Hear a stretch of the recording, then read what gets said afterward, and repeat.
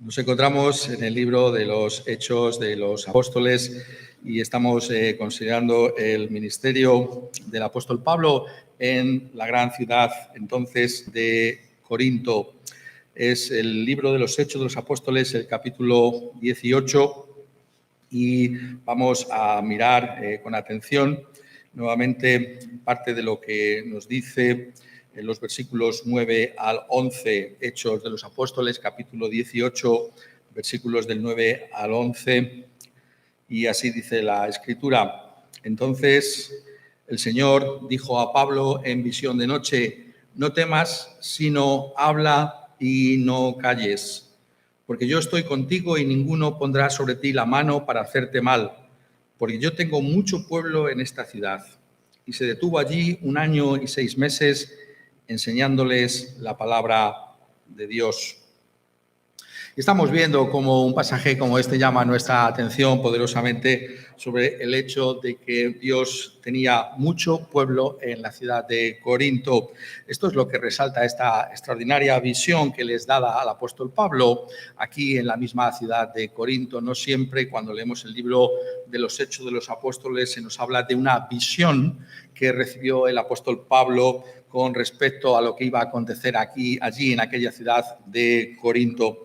Y por tanto, es necesario que nosotros podamos prestar atención justamente a esa realidad a la que Lucas nos está invitando por medio de la inspiración del Espíritu Santo al traernos el libro de los Hechos de los Apóstoles. Tenemos que recordar constantemente que cuando nos acercamos a un libro como este, lo que se nos está diciendo aquí debe ser analizado cuidadosamente para que podamos de alguna manera traer al corazón todo aquello que se nos está enseñando y que es bueno para nuestra propia vida cristiana. Estas cosas no simplemente fueron escritas para aquellos que en primer lugar reciben un libro como este, sino que también son para nuestra propia edificación hasta que el Señor Jesucristo vuelva en su segunda venida.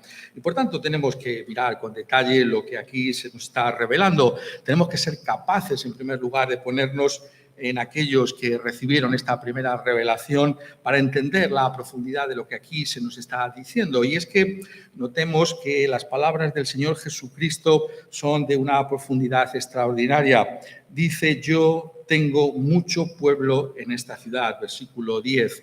Lo que aquí el Señor Jesucristo está revelando es la realidad de que hay un pueblo suyo, un pueblo que es el pueblo del Señor Jesucristo, pero un pueblo que es la continuación también del pueblo de Dios en el Antiguo Testamento. Es el pueblo de Dios, el pueblo que llamamos nosotros la Iglesia de nuestro Señor Jesucristo. Y por tanto, Lucas está llamando nuestra atención sobre la importancia crucial que tiene darnos cuenta de esa realidad de que ese pueblo está ahí.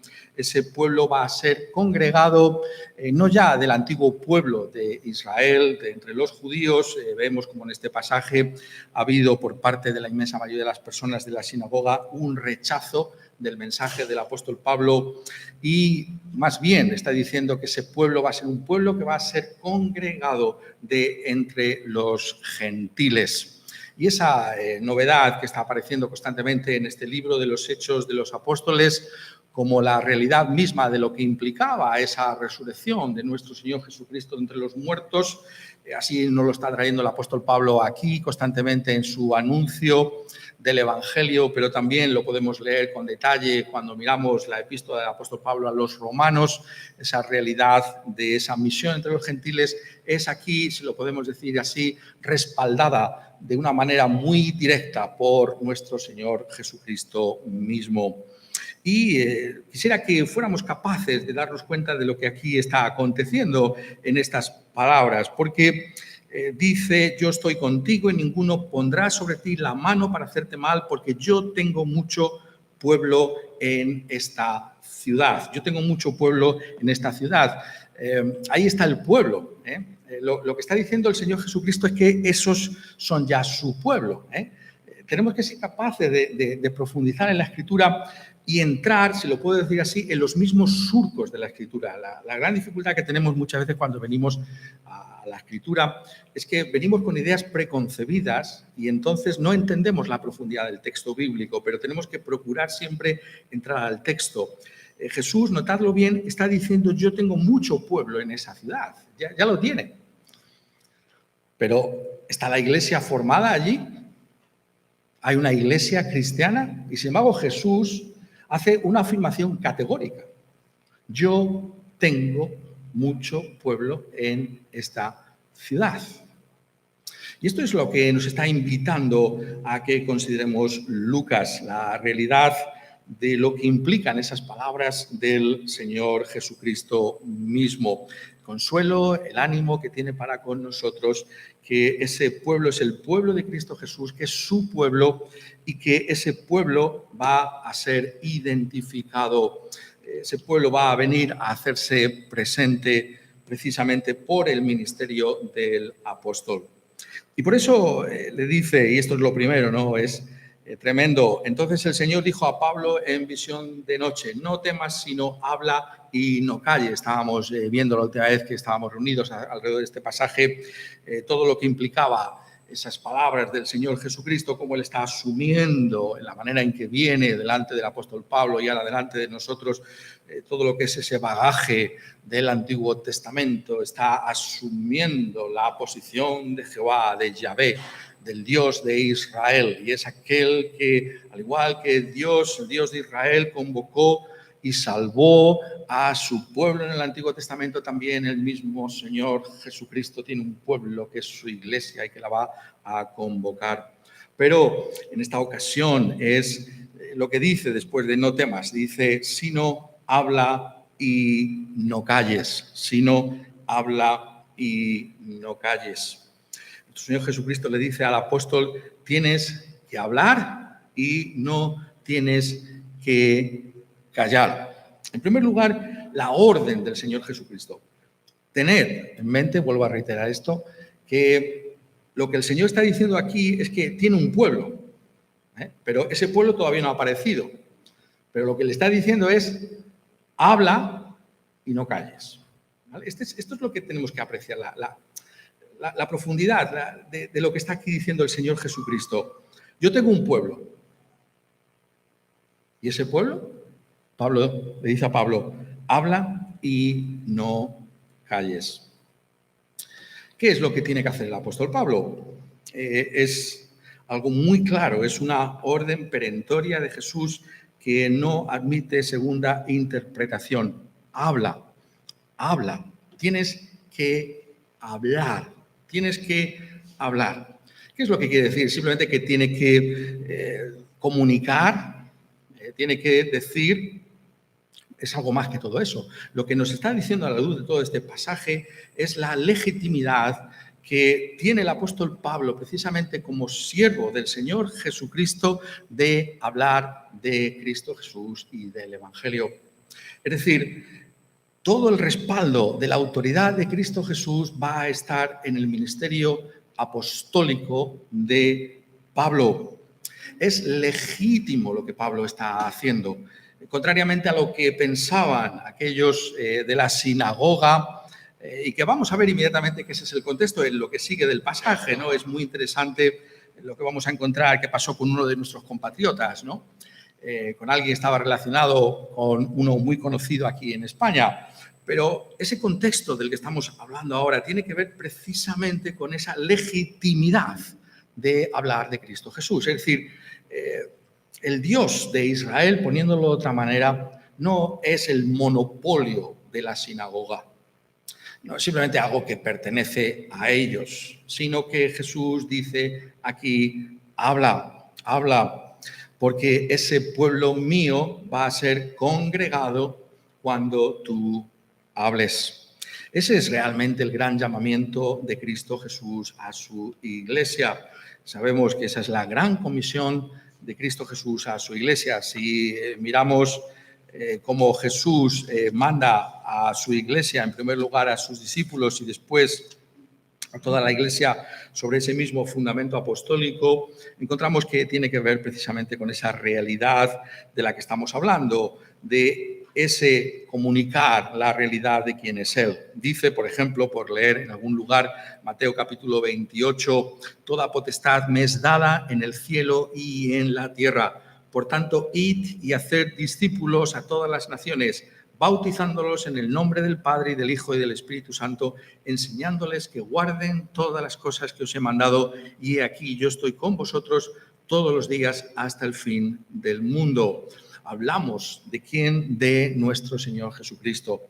Se tiene que hablar de Cristo Jesús. ¿Cuál es el mensaje del apóstol Pablo? Lo estamos viendo en el libro de los Hechos de los Apóstoles. Tiene que ver con la persona de Cristo Jesús. En él se han cumplido todas las profecías del Antiguo Testamento. Es el único Mesías, el único Cristo.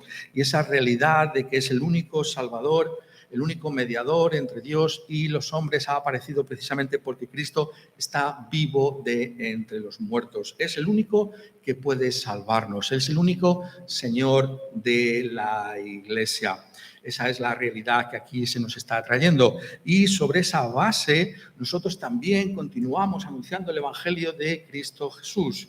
Nosotros podemos salir y hablar con las personas y comunicar la realidad de quién es el Señor Jesucristo, porque es Jesús de la misma manera el que está con nosotros, con su iglesia ahora, y nos dice que hablemos la palabra del Señor, que hablemos acerca de Cristo Jesús. Tenemos que hablar el Evangelio. Esa es la realidad a la que somos invitados aquí. Podemos tratar muchos temas desde un punto de vista cristiano, pero fundamentalmente lo que Jesús espera de su iglesia es que hablemos de Él. Hablemos de su obra de salvación, hablemos de la realidad de que Él es el único que puede salvarnos, el único que puede reconciliarnos para con Dios, el único que puede darnos paz para con Dios. Nos damos cuenta de que nos encontramos también nosotros en una posición como esta, que nosotros tenemos que llevar también este Evangelio, que la Escritura nos está diciendo por medio del apóstol Pablo, lo que le dijo el Señor al apóstol, que nosotros también tenemos que hablar esta palabra del Señor, que tenemos que llevar este Evangelio y este mensaje a todos los que están a nuestro lado. Pero tenemos que prestar atención, como siempre decimos, a todo el detalle de lo que aquí se nos dice. Dice, no temas, lo veíamos hace 2 semanas, habla y no calles. Y no calles. Podemos decir, bueno, esto simplemente es está, digámoslo así, poniendo otro sinónimo, ¿no? No calles, bueno, habla, no calles, viene a ser lo mismo, ¿no? Podemos entenderlo así, pero sabemos que hay una economía, si lo puedo decir así, del lenguaje en las Escrituras que implica, por lo menos, que no hay esas vanas repeticiones en las que muchas veces nosotros incurrimos, ¿no? El resto de los seres humanos.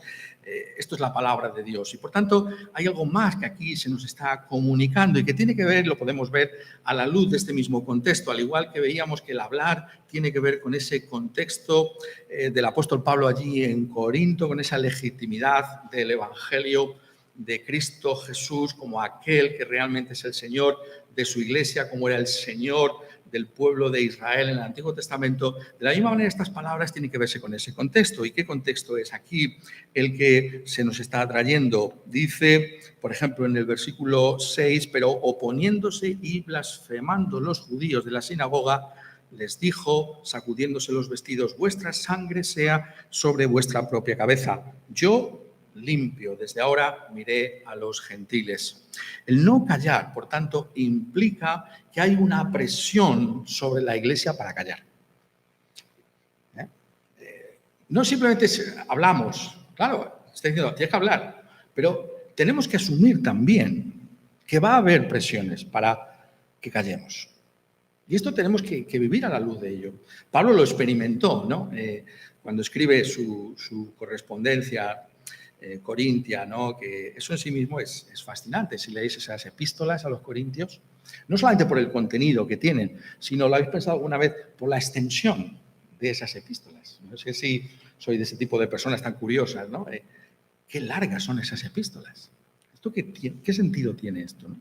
Todo tiene sentido, de luego, porque es la palabra de Dios. Y tenemos que investigarlo y mirarlo y darnos cuenta de la importancia que tiene eso. Pero lo que está diciendo aquí es precisamente que hay una presión para que callemos. Y lo que estaba diciendo es que Pablo, cuando escribe en esa epístola a los Corintios, ¿qué dice allí?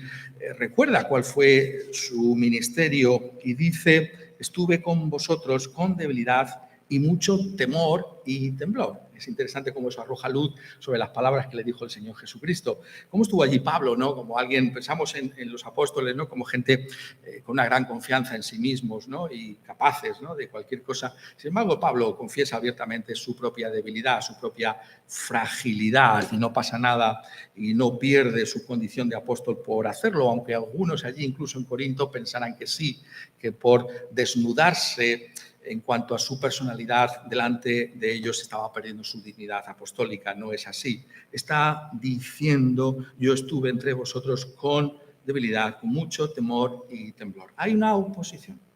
Y lo que nos está diciendo aquí es que necesariamente la realidad de hablar de Cristo Jesús va a concitar la oposición de aquellos que quieren silenciar la voz de la Iglesia. Y esto no puede sorprendernos en absoluto. Tenemos que vivir con ello. No debemos pensar que va a haber unas circunstancias tan propicias, ojalá fuera así, sin duda alguna, ¿no? En las que esto no va a ser así. No. Tenemos que vivir a la luz de que realmente hay una realidad de una presión sobre la Iglesia. Siempre la ha habido para que callemos. Y lo que el Señor Jesús está diciendo es: no cedas a esa presión. Abre la boca, habla de Cristo, no te calles, pase lo que pase, digan lo que digan. Tú tienes que anunciar la persona de Cristo Jesús. Yo estoy contigo, yo te respaldo para que lleves a cabo ese ministerio. Lo pongo de otra manera, porque muchas veces entramos en ese otro bucle, ¿no? Y que es simplemente una astucia de Satanás para callarnos, ¿no? La oposición no implica la falta de respaldo divino a la labor que estamos realizando. No implica que Dios no nos esté bendiciendo.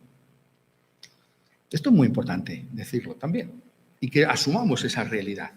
Jesús, notadlo aquí, está convocando a Pablo para que anuncie su nombre en Corinto, le está diciendo que hable y que no calles, por tanto está con él, le va a bendecir.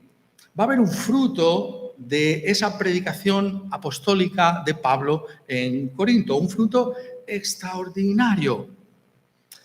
Mirando lo que se nos dice aquí en el libro de los Hechos, o incluso mirando las epístolas que escribe a una iglesia como la de Corinto. Y por tanto, tenemos que darnos cuenta de que es una argucia del mal el hacernos pensar que porque hay dificultades Dios no nos está respaldando. Es todo lo contrario. Si Dios está con nosotros, entonces va a haber esas dificultades. No debemos pensar, bueno, pues si Dios estuviera conmigo, pues no habría, vamos, coser y cantar, como dice la gente, ¿no? Un camino de rosas. Bueno, pues no hay tal cosa en la Escritura, ¿no? Precisamente muchas veces hablamos, ¿no? De que esta es la evidencia, ¿no? de los caminos de Dios para con nosotros, que la Escritura no oculta las dificultades, no nos dice que vaya a ir todo a pedir de boca, sino que hay una realidad de oposición. Una oposición que se manifiesta en cada época de una manera distinta y que tenemos que ser capaces de discernir lo que implica en cada momento y ocasión en la que nos encontramos.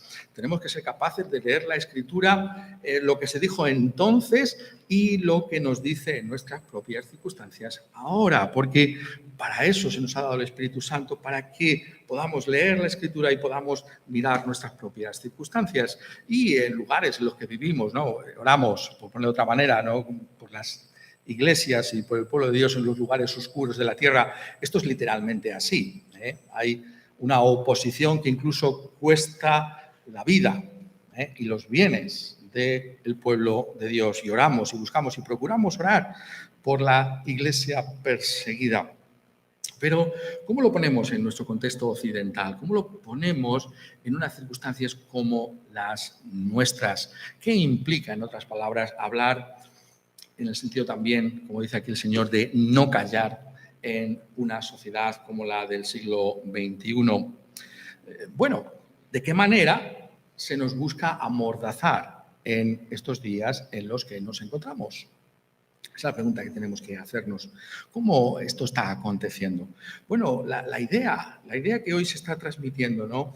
De una manera creciente en el occidente es lo que se llama el sincretismo, es decir, todos los caminos salvan. Da igual lo que uno crea, da igual la religión a la que uno pertenezca. De alguna manera todos tenemos esa bendición divina en esos caminos que hemos adoptado. Y lo vemos en las altas esferas, incluso de aquellos que se llaman a sí mismos como representantes de Cristo Jesús en la tierra, como visitan lugares de la tierra, y el mensaje es que todos tenemos esa misma salvación y esa misma fe, porque todos descendemos del mismo, de Abraham, ¿no? Todos somos hijos de Abraham, de alguna manera o de otra, pues como somos descendientes de Abraham físicamente, notadlo bien, pues estamos en el camino adecuado. Esa es una manera, si aceptamos esa posición, de silenciar a la Iglesia. La Iglesia tiene que hablar de la singularidad de nuestro Señor Jesucristo. Tiene que decir, no hay otro nombre bajo el cielo dado a los hombres en el cual podamos ser salvos. Solamente el nombre del Señor Jesucristo. La Iglesia tiene que manifestar que solo Cristo Jesús salva. Y la prueba de que estamos en esa fidelidad, estábamos diciendo, ¿no? ¿Cómo podemos comprobar que esa aplicación que hacemos del texto a nosotros es la correcta? Es justamente aquí. Si hablamos así, entonces vamos a tener oposición. Porque no es el mensaje que quieren oír en nuestros días. El mensaje que quieren oír es que da igual lo que tú creas, da igual lo que pienses de Cristo, da igual si reduces la figura de Cristo y la pones al nivel de cualquier otro fundador de otra religión. Da igual. Dios no se ofende por eso. Pero la Iglesia cristiana tiene que defender los derechos soberanos de Cristo Jesús. Tiene que defender la realidad de quién es Él. Y al hacerlo es donde vamos a notar nosotros también esa oposición. Y entonces, sin embargo, contaremos también con el consuelo que trae el Señor Jesucristo, que trajo el Señor Jesucristo al apóstol Pablo. No podemos, por tanto, divorciar las bendiciones de Dios de la realidad de lo que hacemos con la persona del Señor Jesucristo. Queremos oír la voz de Cristo Jesús diciéndote no temas, cualesquiera que sean tus circunstancias. Entonces, tienes que confesar a Cristo Jesús como el único Señor y Salvador de tu vida. Tienes que decir, no hay para mí ninguno como Él. Y tengo que anunciarte, aunque sea con lágrimas en los ojos, de que solamente Cristo Jesús puede salvarte. Solamente la fe en aquel que murió en una cruz por pecadores como nosotros puede llevarnos a tener paz para con Dios. Está puesta tu confianza en ese Cristo Jesús. Ese es el mensaje que tiene el apóstol Pablo cuando recuerda aquella visita que hizo a Corinto, aquella extendida visita a Corinto. Recuerda cuál era el mismo corazón de su exposición. Me propuse, 1 Corintios 2:2, no saber entre vosotros cosa alguna, sino a Jesucristo y a este crucificado. Ese es el mensaje cristiano. Cristo está crucificado. Pero no quisiera entrar simplemente en lo que ya sabemos y por supuesto, que lo estamos diciendo constantemente. Es decir, Él está crucificado, es el único camino de salvación, es la sangre la que nos limpia de nuestros pecados. Eso es lo que está diciendo aquí. Pero lo que está diciendo aquí, y ese es el contexto, es lo que yo quisiera que nos quedáramos en esta tarde, es que nos está diciendo que ese mensaje es el que concita la oposición siempre de aquellos que lo escuchan y no son salvos. Porque dice aquí, nosotros predicamos a Cristo crucificado, 1 Corintios 1:23, para los judíos ciertamente un tropezadero y para los gentiles una locura. Eso es lo que invariablemente sucede cuando se anuncia a Cristo Jesús. Para los judíos esto es un escándalo, es una piedra de tropiezo. Es decir, me da vergüenza, ¿no? Este Pablo es lo que está diciendo el texto. Lo que quiere decir esa palabra en su contexto. Esto es una vergüenza, ¿no? Que Pablo diga que es un judío y va diciendo que nuestro Mesías fue hasta el punto, humillado hasta el punto de ser crucificado. Eso no puede ser. Yo me avergüenzo, ¿no? Me escondo bajo la mesa, que no me vea nadie, que yo no tengo nada que ver con este apóstol Pablo. Eso es lo que quiere decir la palabra tropezadero. Es una oposición. Por tanto, pero para los gentiles esto es una locura. Los gentiles habituados a las filosofías universales, buscando ese conocimiento que abarca toda la realidad, como un carpintero en una provincia perdida del Imperio Romano puede dar el sentido a todo. Eso es la locura. Por eso la mentalidad griega, ¿no? La mentalidad universal. ¿Cómo puede un acontecimiento histórico como ese tener una relevancia universal y final? ¿Cómo puede mi vida eterna depender de un hecho histórico tan extraño como ese? Es una locura.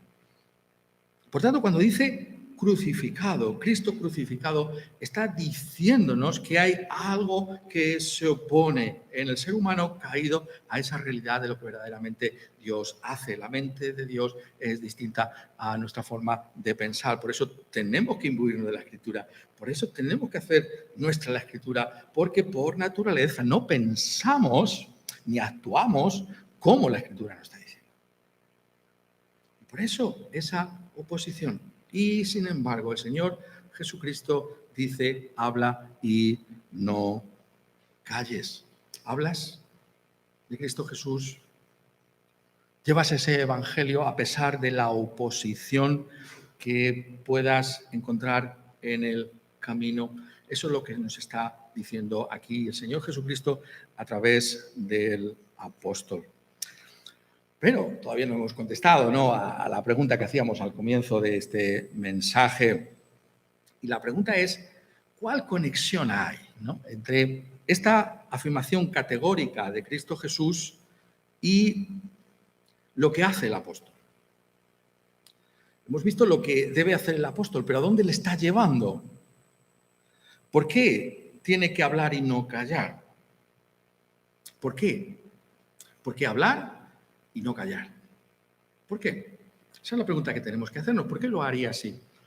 Bien, se nos instruye acerca de esa realidad en esta manera que tiene Lucas, ¿no?, tan particular de enseñarnos, y que nuevamente tenemos que llamar nuestra atención sobre el texto. Tenemos que ser capaces de atarnos al texto, de entrar en el texto, de no simplemente quedarnos con lo que está alrededor.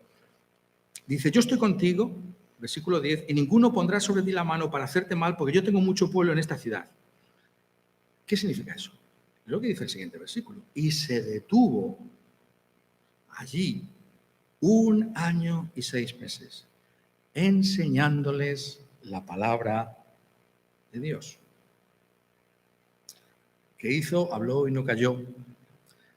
¿Cómo se comportó el apóstol? El apóstol permaneció 1 año y 6 meses. Llama la atención sobre la duración tan inusual de un ministerio en Corinto, mucho pueblo, mucho tiempo en Corinto, que enseñándoles la palabra de Dios. Ese pueblo que Jesús está aquí diciendo que es su pueblo ya aparece, se identifica por medio de la recepción de la palabra de Dios. Es en tanto en cuanto Pablo habla y no calla el que la palabra de Dios, anunciándola, que ese pueblo surge, que ese pueblo aparece. Ese pueblo nace de la palabra de Dios. El Espíritu Santo usa la Escritura para que ese pueblo suyo aparezca. Como la matrona, ¿no?, que está ahí presente, tiene que estar presente para el nacimiento. Y el niño nace. La matrona es la que ayuda para que ese niño que ya está ahí nazca bien y aparezca bien. Eso es la palabra de Dios. La palabra de Dios es la que está presente en la realidad del pueblo. Es decir, es al recibir este mensaje que aparece ese pueblo Poniendo de otras maneras, no va a aparecer, dice el Señor Jesucristo, si no es por el anuncio de quién soy yo y de lo que yo he hecho para la salvación. Por eso es mi pueblo, porque es un pueblo que responde a quién soy yo, a lo que Pablo está anunciando acerca de la realidad de quién es Cristo Jesús.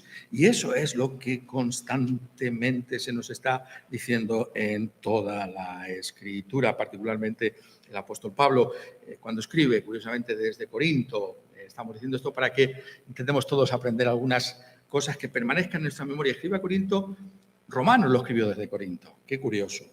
Dice: porque todo aquel que invocar el nombre del Señor será salvo. ¿Cómo pues invocarán a aquel del cual no han creído?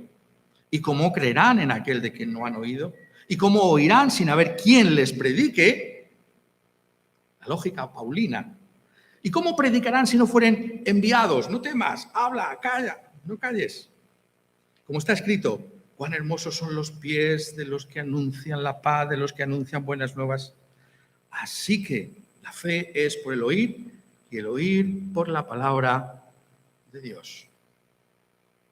El pueblo se identifica por la fe, por una respuesta de fe ¿ante qué? Ante el Cristo que viene a nosotros de una manera real y directa en su propia palabra. Por tanto, ¿formas parte del pueblo de Dios? Te puedes hacer esa pregunta, te tienes que hacer esa pregunta, quien quiera que seas. Te la tienes que hacer. ¿Cómo respondes a la palabra? ¿Qué hace la palabra? Es decir, lo pongo de otra manera, esto no es simplemente una clase, no estamos aquí para informar de nada. La palabra de Dios no solamente informa, sino que lleva a cabo una labor. Una labor en la que nosotros tenemos que responder a la misma. ¿Qué hace la palabra en tu vida? ¿Qué piensas de Cristo Jesús? Del Cristo de la palabra, el único Cristo que hay.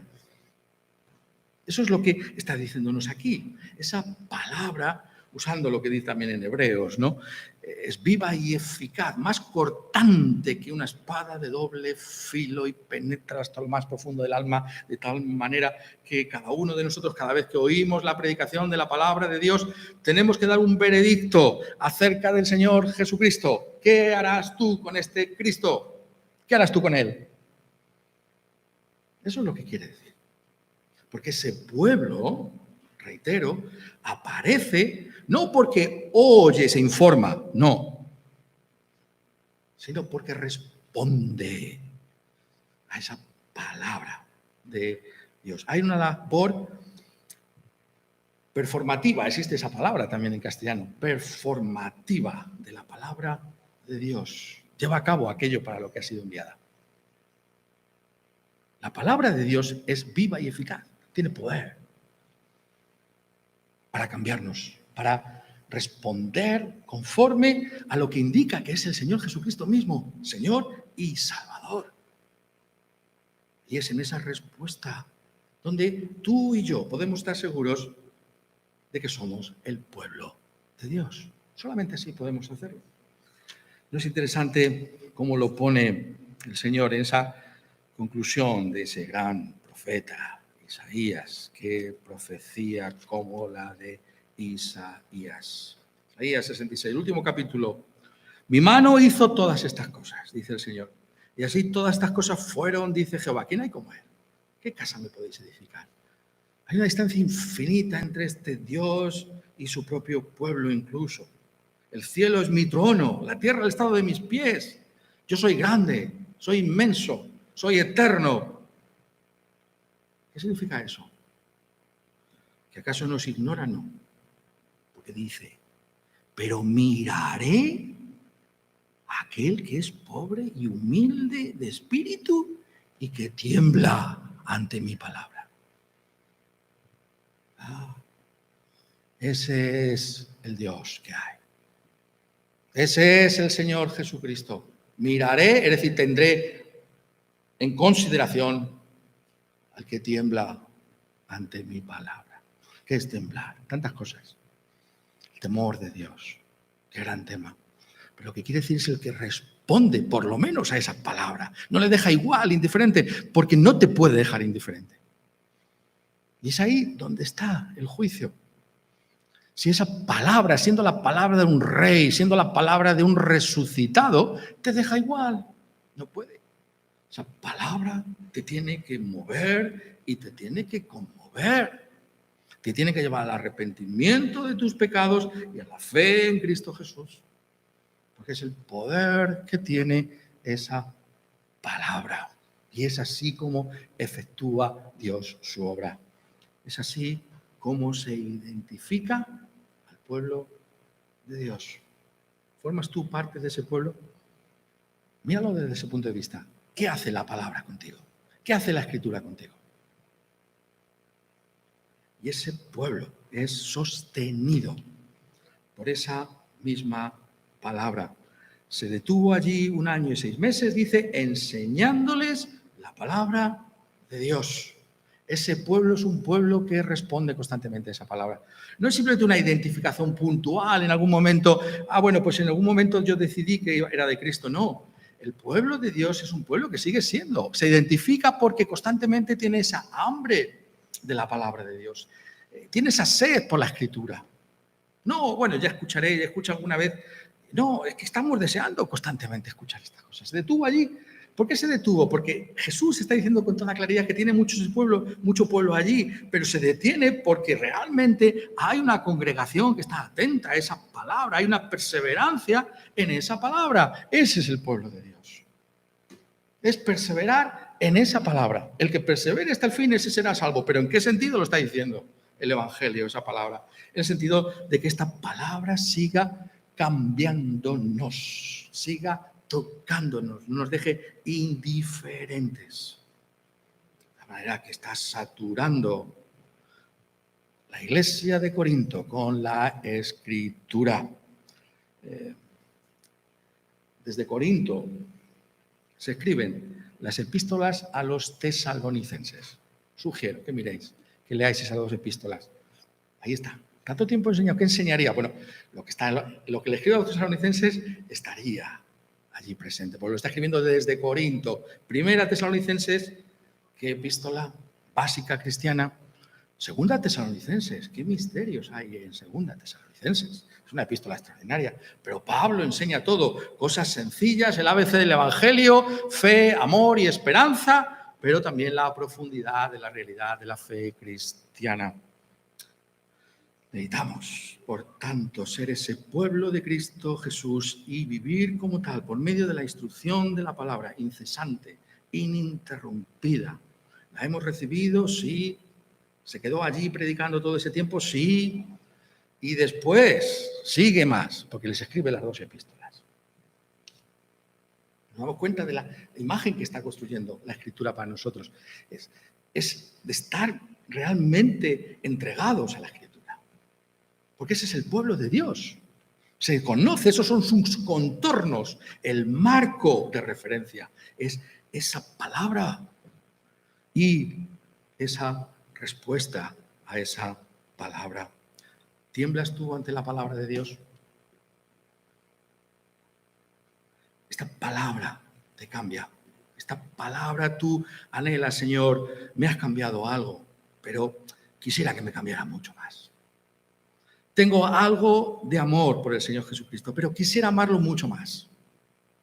Tengo una fe, pero muy pequeña. Quisiera tener más fe, mucho más fe. ¿Es eso lo que produce la palabra? Eso es lo que tenemos que anhelar. Para eso nos congregamos, para eso perseveramos. Queremos manifestar la realidad de que somos el pueblo de Cristo Jesús.